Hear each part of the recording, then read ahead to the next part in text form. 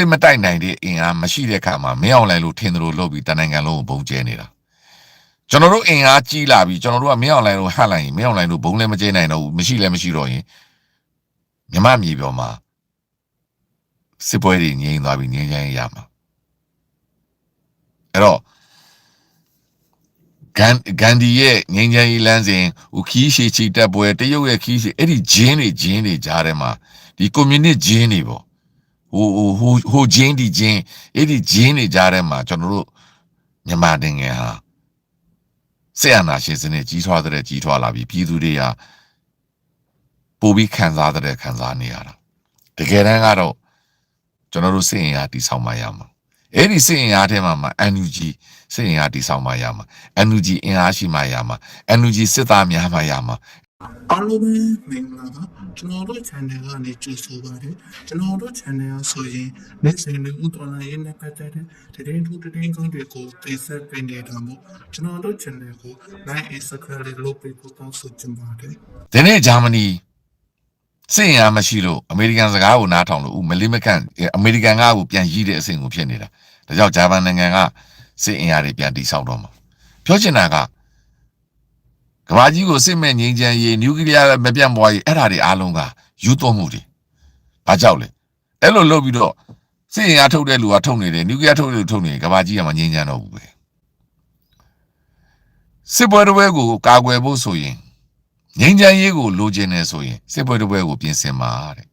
if you want peace you need to prepare for the war ငြိမ်းချမ်းရေးရဖို့အတွက်စစ်ပွဲကိုပြင်ဆင်ရတာအဲ့ဒီအိဗယ်ကပါလေကိုမအင်အားကြီးမှဘယ်သူမှလာမတိုက်ကိုတိုက်နိုင်ခိုက်နိုင်တယ်အစင်သေးဖြစ်မှဟိုဘက်ရန်သူကကြောက်ပြီးစစ်လာမတိုက်တော့မှစစ်လာမတိုက်ရင်ငြိမ်းချမ်းရေးရပြီကိုမဘာအင်အားမှမရှိဘဲနဲ့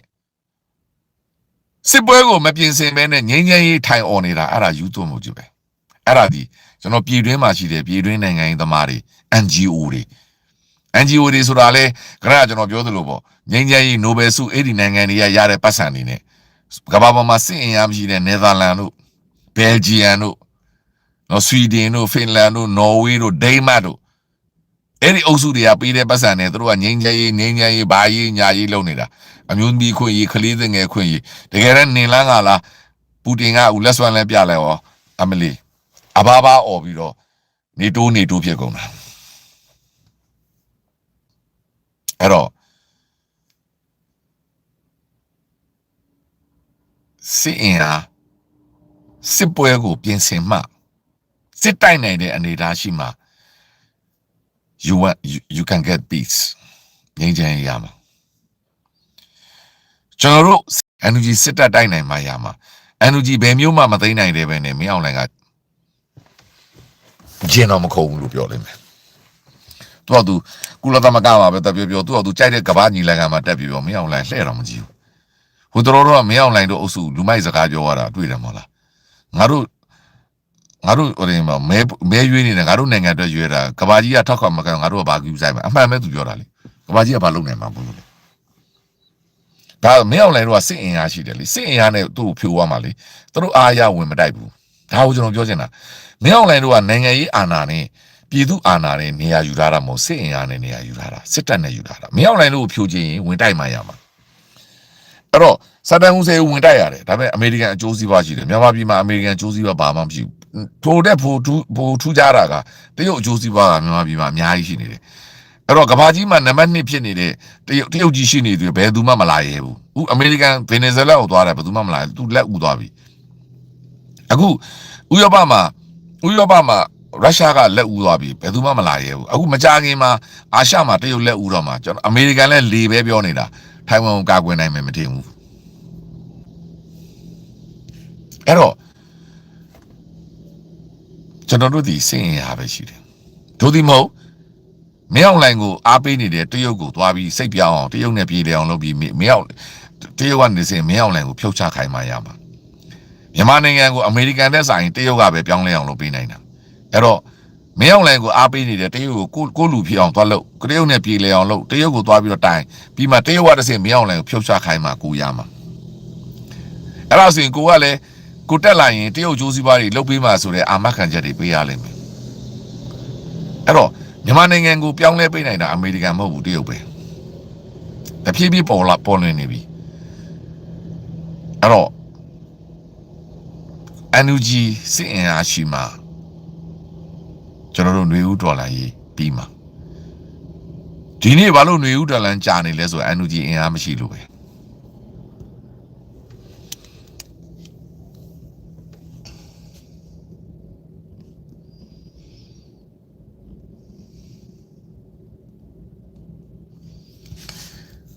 အဲ့တော့ NUG အင်အားရှိဖို့ဝိုင်းလို့ပေးရမယ်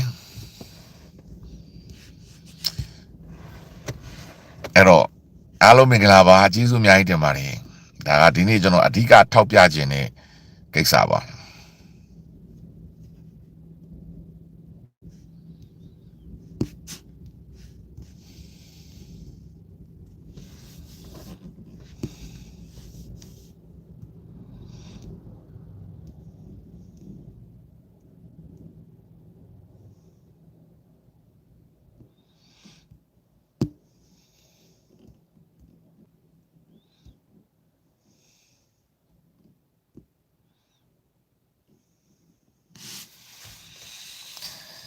အားလုံးမင်္ဂလာပါသူတို့များလာတယ်ဆိုတော့သူတို့စိတ်ဝင်စားလို့ပေါ့နော်အဲ့ဒါတခုလဲကျေးဇူးတင်ရမှာပါသူတို့အားလုံးမင်္ဂလာပါ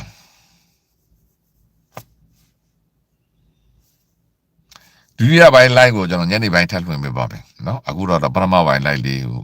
အဆုံးသတ်လိုက်မှာဒုတိယပိုင်း live ကိုညနေပိုင်းထပ်လွှင့်ပေးပါမယ်အားလုံးမင်္ဂလာပါ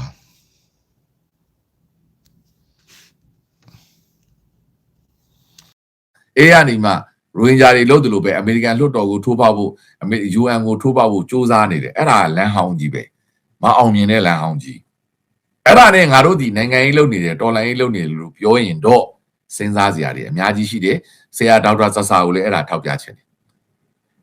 အမေရိကန်အားကိုးပြီးအမေရိကန်ကိုပြောခိုင်းပြီးတရုတ်ကိုပြောခိုင်းမယ်ဒီအိန္ဒိယကိုပြောခိုင်းမယ်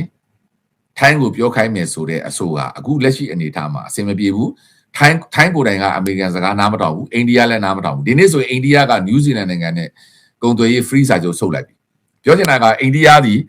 အမေရိကန်အားမကိုးရရင်သူကနယူးဇီလန်နဲ့ချုပ်မှာပဲတရုတ်နဲ့ချုပ်မှာပဲ UK နဲ့ချုပ်မှာပဲပြောချင်တာကအခုနိုင်ငံရေးကမ္ဘာနိုင်ငံရေးအခင်းကျင်းဟာအမေရိကန်အားကိုးရင်ဒုက္ခရောက်ဖို့များနေပြီအမေရိကန်အခုလက်ရှိအမေရိကန်အစိုးရရဲ့အနေအထားဒါကိုကျွန်တော်ကမိမောင်းထိုးတင်ပြလိုက်ရပါတယ်အားလုံးမင်္ဂလာပါကျေးဇူးအများကြီးတင်ပါတယ်လို့မနေ့ဖြန်မှာကျွန်တော်23 24 25 26ဒီခရစ်မတ်4ရက်လို့ကျွန်တော်နေ့ဘက်အလုပ်ရှိတယ်အဲ့တော့မနေ့အစောကြီးကျွန်တော်အလုပ်မသွားခင်မလွှင့်တော့ဘူးဘာလို့ဆိုတော့မနေ့အေးတာလည်းပါတယ်မှောင်တာလည်းပါတယ်ကျွန်တော်နေ့လည်ထမင်းစားချိန်ကျွန်တော်ရဲ့တရားဝင်နားချိန်မှာပဲကျွန်တော်မနေ့ပိုင်း live ကိုလွှင့်မယ်ညနေပိုင်း live ကိုကျွန်တော်ည8နာရီအိမ်ပြန်ရောက်တယ်အိမ်မှာနားပြက်ပြီးတော့မအိတ်ခင်ည10နာရီပေါ့ည10နာရီ17နာရီပေါ့မြန်မာစံတော်ချိန်တော့မနေ့9နာရီ4နာရီပေါ့တော့လေစင်ကူစံတော်ချိန်မနေ့အစောကြီးပေါ့အဲ့လိုတော့မလဲ UK စံတော် US စံတော်ချိန်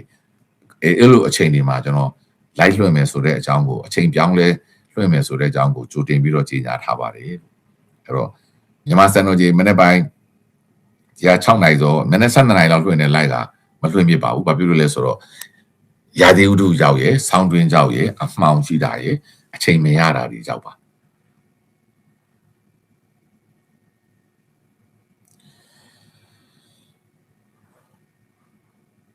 အဲ့တော့အားလုံးမင်္ဂလာပါကျေးဇူးအများကြီးတင်ပါတယ်အဲ့တော့ကျွန်တော်အခုလိုထောက်ပြတာဒေါက်တာအားနဲ့တနေ့ဒီတနေ့ရာနေကနေပြီးတော့အကြံဉာဏ်တွေအကူအညီတွေဖြစ်ရင်တော့ကျွန်တော်လည်းဝမ်းသာရပါတယ်ပြောချင်တာက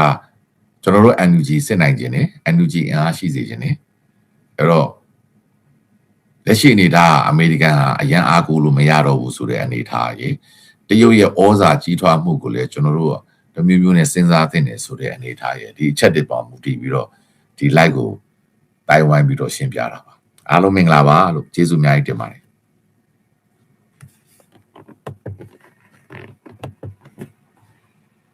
မြောက်လိုင်တို့စစ်အုပ်စုနဲ့ဒီကြားဖြန့်အုပ်စုတွေနဲ့တရုတ်နဲ့ရန်တိုက်ပေးပါ